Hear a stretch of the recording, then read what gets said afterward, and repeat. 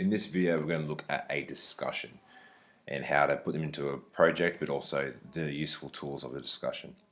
So we'll just go straight into it this time. I'll go straight to the teacher editing mode.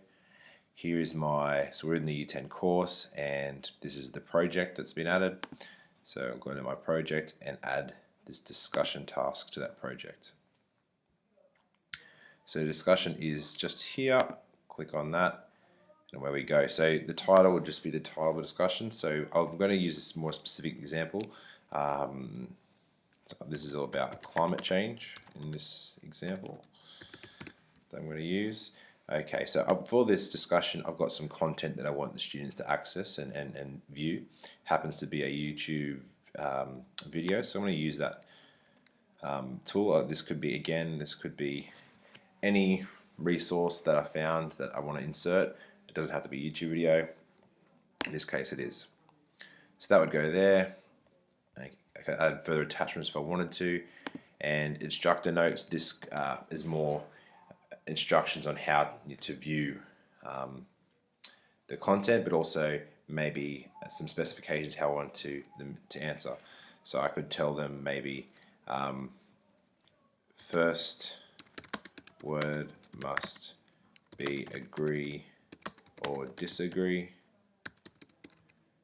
Start a new line to back up your statement. Okay, so that would be more the instructions on how to respond to the discussion. This can be assigned to specific groups or to all groups.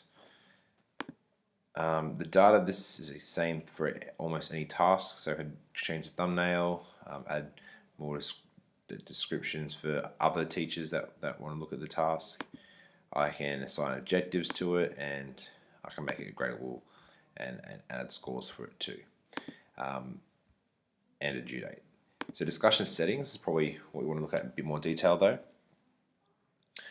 If I uncheck that, at the moment, that would mean that students are not able to edit their post once submitted, which you might want for them to sort of stick with what they've submitted. Otherwise, you can let them edit it after they submit. You can allow them to also, myself or the teachers that are teaching the course, to delete posts that they seem inappropriate or not on task, and I think that's probably something you want to keep checked. A non-threaded discussion. So every new response is called a thread, and if I check that, that means people can't reply to other people's responses. If I leave it unchecked, that means they can. So threaded discussion just means that people start a new thread, and then people can keep replying to that one thread or create their own new thread or new response to the discussion. And then obviously having it unchecked means students can create new threads. Again, I can apply this to the grouping levels as well, but that's not really the purpose of this task at the moment. So I'm going to click Save. And let's just have a look at what this looks like. So go to Student View and go down to Climate Change. Okay, so this is what the student would see. They watch the video. Once they've watched the video, I can then have them, and then the student would then create a new thread.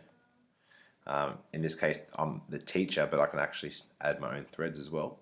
And then I would respond to that. So I agree, and these are the reasons why I agree. Okay, and they'd submit that. They could even attach a file if maybe you've got them to respond to a discussion with some sort of work that they can attach, then that's what would go there. Okay, so when I post that, now we can see in view of everyone my response.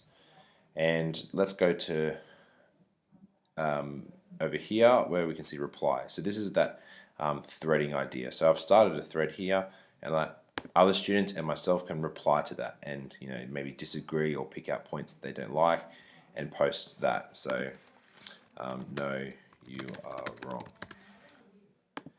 Okay, and so again, I'm doing this on my own, having a discussion with myself, but this is open to all students in the course or in the project, and that would start a new thread. Now, obviously, if we've got 60 students in a class or a project, this could get quite messy.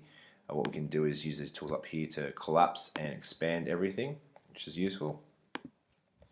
And that's it really. And then other students create new threads. I can create new threads or new discussions, and that's how students can discuss content in the new Echo. Thanks.